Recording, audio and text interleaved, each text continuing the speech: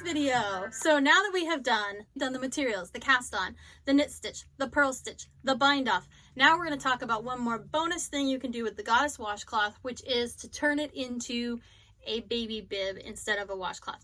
So this bonus video requires a set of DPN needles, which are different from your regular straight knitting needles. And you're going to want to pick up a pair of those in order to do this final step to turn your goddess washcloth into a baby bib for the baby goddess that you know.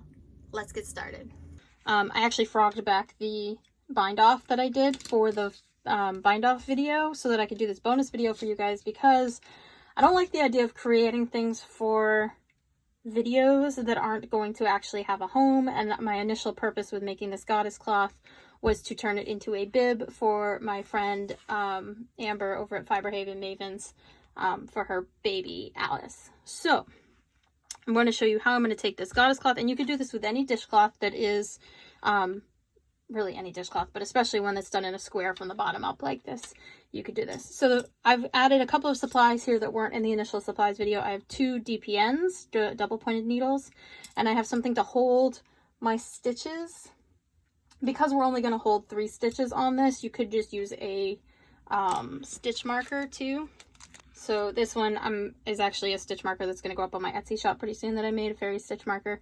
If you had a stitch marker like this beaded stitch marker that has an opening like that, you could put your 3 stitches on there as well. But I'm going to use this to hold 3 stitches. So the first thing I'm going to do is I'm going to knit the first 3 stitches on this last row here. Then I'm going to slip those 3 stitches onto this holder. And those are just going to hang out for a bit. Then I'm going to continue my bind off right here. Or I'm going to start my bind off, I should say. So I'm going to bind it off the same way I did before, right up to the last 3 stitches. I'm not going to bind off those last 3 stitches. So I'm just going to bind off this center section.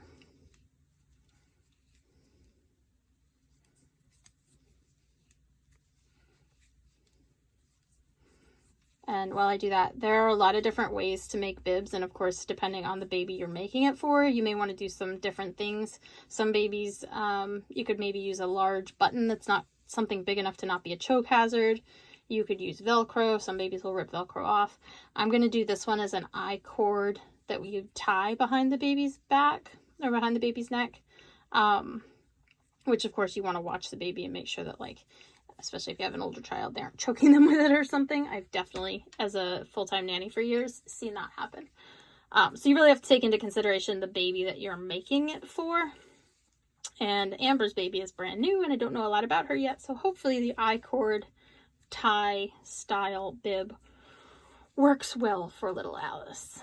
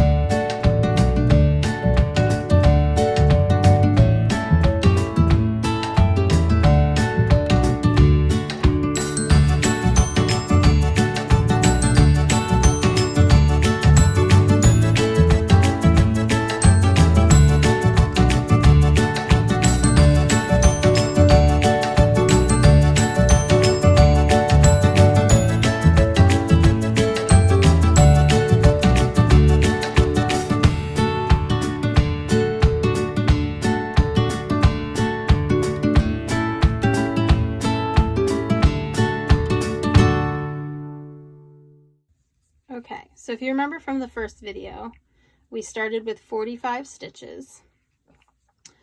Then we just bound off 3 of them. And nope. Then we just put 3 of them, on the stitch marker. We bound off 39, and now we've got 3 left. So this one I just knit, but I just slipped it onto this needle so that I could slip it back to this one. So I'm going to switch to my DPNs here. So that one that was just knit, I've put on there. I'm going to continue with these last 2. And then we're going to start the I cord. So the length of your I cord really is up to you. I'm just going to go until it kind of looks right because I've done quite a few of these at this point and I just kind of eyeball it. The way to do an I cord, essentially an I cord is 3 stitches knit in a circle to make one long cord. And there are I cord makers you can buy and stuff, but there's something about like the process of knitting an I cord. I don't know. I don't mind it. So I've got my 3 stitches that I've knit there. And I'm just going to, so they started out here, right? Instead of switching the needle just to my left hand, I'm going to slide the needle all the way through so that they're on the other end. So the last stitch that I knit was this one. And this is the next one to be knit. And I'm going to knit the 3. Just like normal. And I promise you, I know that seems weird. So I feel like a lot of times in knitting, you kind of just have to trust the directions and do what it says. Or do what the person that you're learning from says, because it will work out, I promise. It just seems weird to start with. So I knit my 3, I've put the empty needle in my right hand, and I'm going to do the same thing. I'm just going to slide the needle all the way to the end and start with this last one again. Knit 3, 1, 2, 3, slide the needle all the way to the end, and start again.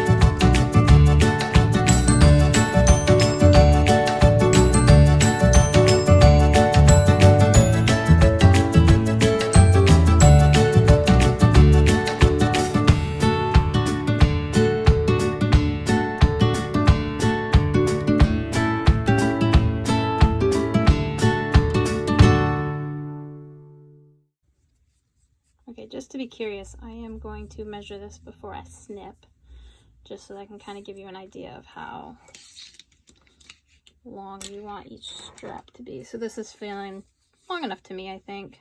It's about 10 inches. I mean, baby necks aren't super big. But if it's a baby that you know you need to tie it a little bit tighter, you might need a double knot or something, I suppose you could go a little bit bigger.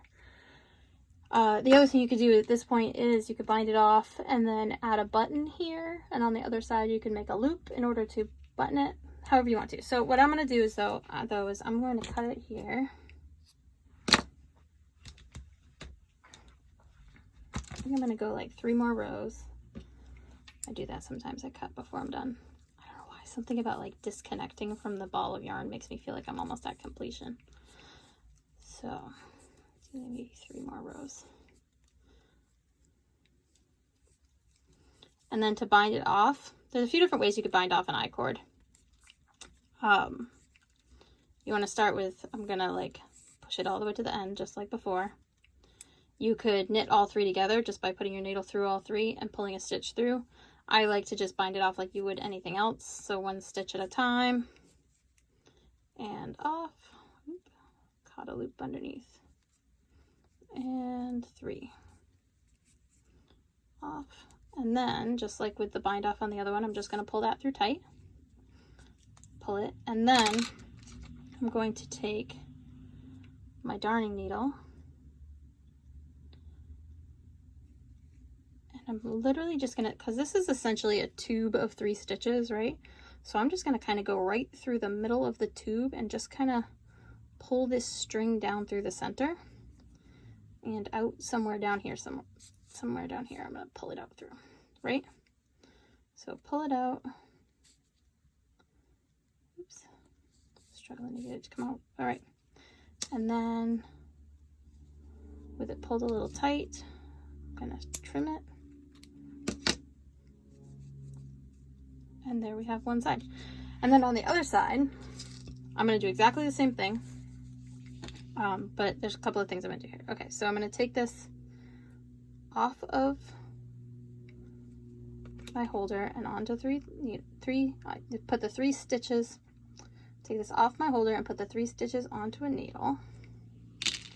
Then I'm going to take my yarn here from the ball. I'm going to insert the needle like I'm going to stitch, loop this over the needle, and for the first few rows until it's almost gone, I'm going to knit with both of these strings. So the working string and the extra, I'm going to knit with both for a bit. Just hold both and loop them over. Push that to the end. That first stitch has that initial loop, right? And then the other stitches have 2 strings. Kind of running out there, so I'm going to stop using that. I am going to pull it tight though. And then after you've gotten a few more rows in, you can just trim that little tail off. And I'm just going to make this I-cord on this side of the bib the same length as the other one.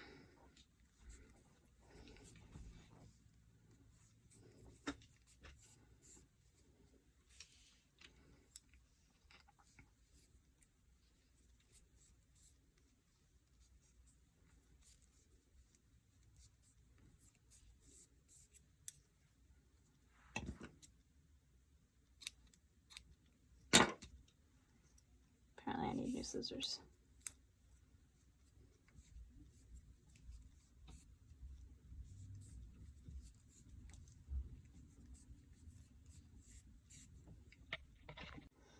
All right, so then I have 2 I-cords at the top, which I can tie around the baby's neck for my goddess bib for little Alice. There you go. That's how you turn any dishcloth into a bib. You can just add these I-cord strings from the top corners,